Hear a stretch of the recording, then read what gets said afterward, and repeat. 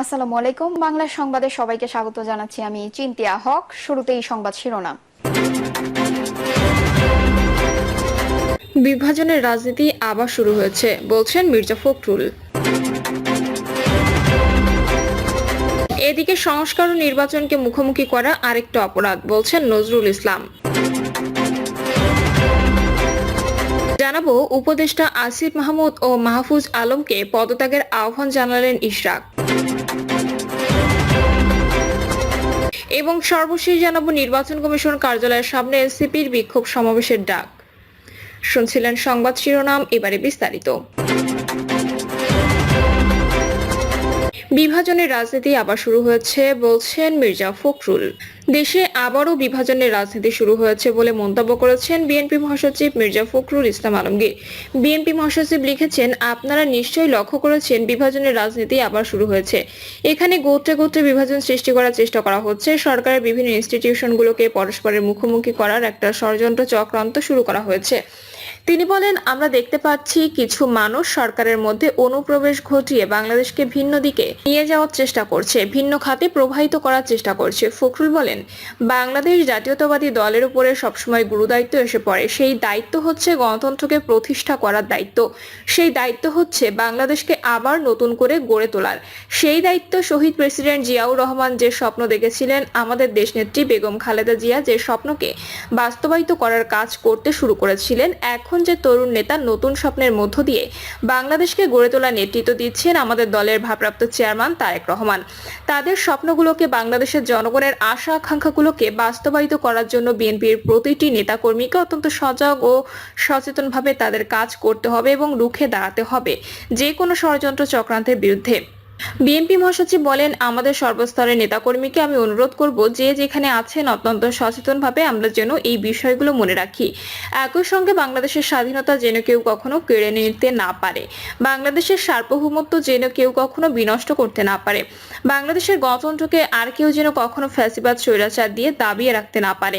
সেজন্য বিএনপির প্রতিটি কর্মীকে সেই অতন্ত্র ভূমিকা পালন করতে হবে। তিনি আরো লিখেছেন, বাংলাদেশকে সমৃদ্ধ ও আধুনিক করার যে কর্মযজ্ঞ শুরু হয়েছিল, সেই কর্মযজ্ঞের সূচনা করেছিলেন শহীদ প্রেসিডেন্ট জিয়াউর রহমান। দুর্ভাগ্য আমাদের এই জাতির, আমরা এই ক্ষণজন্ম মহাপুরুষকে বেশি দিন ধরে রাখতে পারিনি। আজ যারা বাংলাদেশের বিরুদ্ধে ষড়যন্ত্র করেছে, যারা বাংলাদেশকে 15 বছর ধরে একটা ফ্যাসিস্ট শাসনের মধ্যে রেখেছিল, যারা এখনো ষড়যন্ত্র করে চলেছে সীমান্তের ওপার থেকে বাংলাদেশকে আবারও জনগণকে তাদের অধিকার থেকে বঞ্চিত করবার জন্য, বাংলাদেশের উন্নয়নে বাধা সৃষ্টি করার জন্য, এরকম সময়ে আমাদের শহীদ প্রেসিডেন্ট জিয়াউর রহমানের নাম বারবার মনে রাখতে হবে বলেন বিএনপি মহাসচিব। মির্জা ফখরুল বলেন, বিএনপি নেতাকর্মীরা অনেক ত্যাগ স্বীকার করেছে।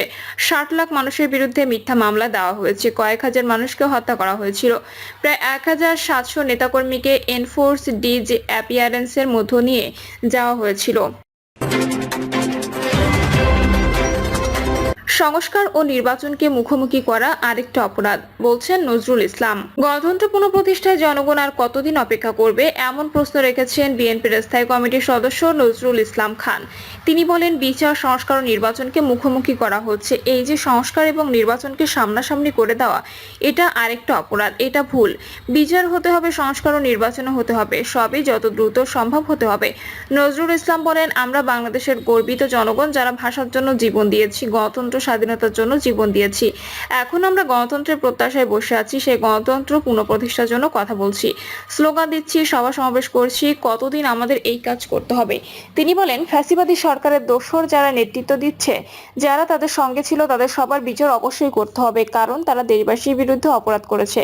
কিন্তু সেই বিচার শেষ না হওয়া পর্যন্ত নির্বাচন করা যাবে না। এই প্রশ্ন যারা তোলে, তারা আসলে এই কথা বলে জনপ্রিয় কথার আড়ালে নির্বাচনকে বিলম্বিত করতে চায়।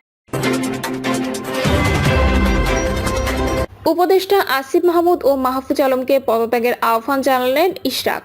অন্তর্বর্তীকালীন সরকারের সব দায়িত্ব থেকে উপদেষ্টা আসিফ মাহমুদ ও উপদেষ্টা মাহফুজ আলমকে পদত্যাগের আহ্বান জানিয়েছেন বিএনপি নেতা ইশরাক হোসেন। ইশরাক হোসেন লিখেছেন, গণতান্ত্রিক ভাষায় রাজনৈতিক শিষ্টাচার মেনে যৌক্তিক কারণে উপদেষ্টা আসিফ মাহমুদ ও উপদেষ্টা মাহফুজ আলমকে অন্তর্বর্তীকালীন সরকারের সব দায়িত্ব থেকে পদত্যাগের আহ্বান জানাচ্ছি। যেহেতু এটা প্রতীয়মান যে আপনারা রাজনৈতিক দলের সঙ্গে সম্পৃক্ত আছেন, হয়তো আগামীতে সরাসরি যুক্ত হবেন, এটাও অনেকটা স্পষ্ট। আপনারা নির্বাচন করবেন, তাহলে আপনাদের পদত্যাগের দাবি কি অযৌক্তিক, নাকি এটাই সঠিক পদক্ষেপ হবে এবং আপনাদের নিয়ে রাজনৈতিক বিতর্কের অবসান ঘটবে। তিনি বলেন, আপনাদেরই নাহিদ ইসলাম যে দৃষ্টান্ত স্থাপন করে গেছেন সেটাই অনুসরণ করুন। উনি চাইলে হয়তো আরো কিছুদিন মন্ত্রিত্ব করে তারপর এনসিপিতে যেতে পারতেন। একটা সময় ছিল সার্জিস আলম, হাসনাত আব্দুল্লাহরা জোরালোভাবে দাবি করলে ওনারাও হয়তো মন্ত্রিত্ব নিতে পারতেন, কিন্তু তারা রাজনীতি করবেন বলে সেই কর্মপন্থা বেছে নিয়েছেন। হয়তো একদিন জনগণের ভোটে নির্বাচিত হয়ে সরকার গঠন করলে পূর্ণাঙ্গভাবে মন্ত্রীর দায়িত্ব, ক্ষমতা ও সম্মান আবার পাবেন।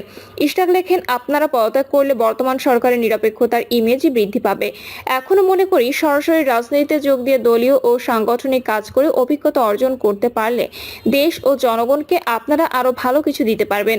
আর ক্ষমতা ধরে রাখলে আপনাদের দলের লোকজনকে বিশেষ সুবিধা দিতেই হবে, এটা থেকে বিরত থাকার বা শতভাগ নিরপেক্ষ থাকার বিন্দুমাত্র সম্ভাবনা অথবা ক্ষমতা আপনাদের নেই, কারোরই থাকে না। কাঁঠাল ভাঙবে আপনাদের মাথায়, খাবে কিন্তু অন্য সবাই।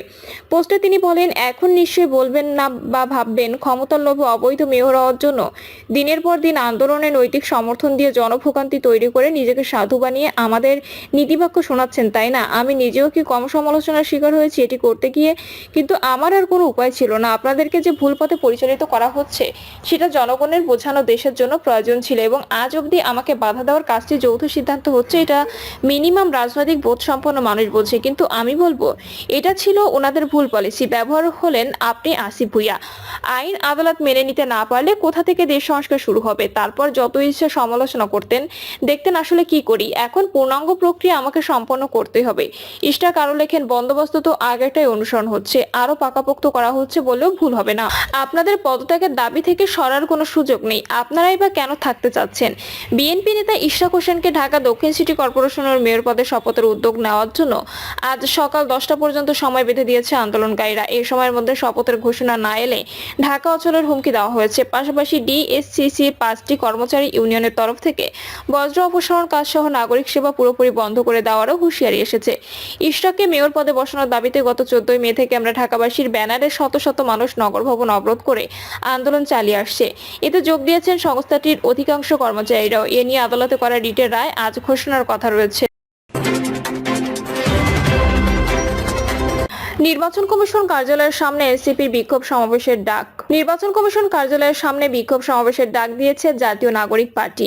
আগামীকাল সকাল 11টায় বিক্ষোভ সমাবেশ করবে দলটি। তিনি বলেন, অনতিবিলম্বে সংস্কার কমিশনের প্রস্তাব আমলে নিয়ে নির্বাচন কমিশন পুনর্গঠন করতে এবং স্থানীয় সরকার নির্বাচনে উদ্যোগ গ্রহণ করতে অন্তর্বর্তীকালীন সরকারের প্রতি দাবি জানাচ্ছে। এই দাবিতে জাতীয় নাগরিক পার্টি ঢাকা মহানগর উত্তরের উদ্যোগে সকাল 11টায় নির্বাচন কমিশন কার্যালয়ের সামনে বিক্ষোভ সমাবেশ অনুষ্ঠিত হবে।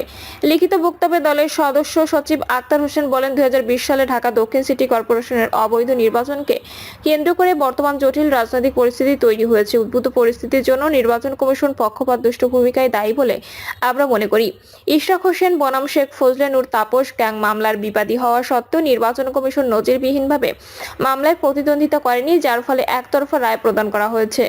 এমনকি রায়ের পরে তারা উচ্চ আদালতে প্রতিকার প্রার্থনা না করে মামলার বাদীকে বিশেষ সুবিধা দিয়েছেন বলে প্রতীয়মান হয়। এর আগেও আমরা দেখেছি নির্বাচন কমিশন নিরপেক্ষ আচরণ বজায় রাখার পরিবর্তে এমন সব বক্তব্য প্রদান করেছে যার সঙ্গে একটি বৃহৎ রাজনৈতিক দলের অবস্থানের সাযুজ্য রয়েছে। এই মামলার রায় ঘোষণার আগে সংশ্লিষ্ট আইনের অধীন গত 19 আগস্ট ঢাকা দক্ষিণ সিটি কর্পোরেশনের প্রশাসক নিয়োগ করা হয়। ফলে পুরো মামলাটি অকার্যকর হয়ে গেছে। রায় ঘোষণার পর গেজেট প্রকাশের বিষয়ে নির্বাচন কমিশন আইন মন্ত্রণালয় মতামত চাইলেও মতামত প্রদানের পূর্বেই তড়িঘড়ি করে রাতের আধারে গেজেট প্রকাশ করা হয়। এ বিষয়ে নির্বাচন কমিশনের সার্বিক ভূমিকা স্পষ্টতই পক্ষপাতমূলক। তিনি আরো বলেন, বর্তমান নির্বাচন কমিশন অবৈধ ও ফ্যাসিবাদী আওয়ামী লীগ সরকার প্রণীত প্রধান নির্বাচন কমিশনার ও অন্যান্য নির্বাচন কমিশনার নিয়োগ আইন 2022 অনুযায়ী গঠিত, যা সে সময় ফ্যাসিবাদ বিরোধী সব রাজনৈতিক দল ও পক্ষ প্রত্যাখ্যান করেছিল। এতদ সত্ত্বেও আমরা বিস্ময়ের সঙ্গে লক্ষ্য করেছি যে নির্বাচন ব্যবস্থা সংস্কার কমিশনের প্রস্তাবনার আগেই নির্বাচন কমিশন গঠন করা হয়েছে। ফলে বিদ্যমান নির্বাচন কমিশনের কার্যক্রমে সংস্কার কমিশনের প্রস্তাবনার প্রতিফলন ঘটবে না বলেই প্রতীয়মান হচ্ছে। প্রিয় দর্শক, এই ছিল এখনকার সর্বশেষ সংবাদ। আপডেট সব সংবাদ পেতে চ্যানেলটি সাবস্ক্রাইব করে বেল আইকনটি ক্লিক করে রাখুন।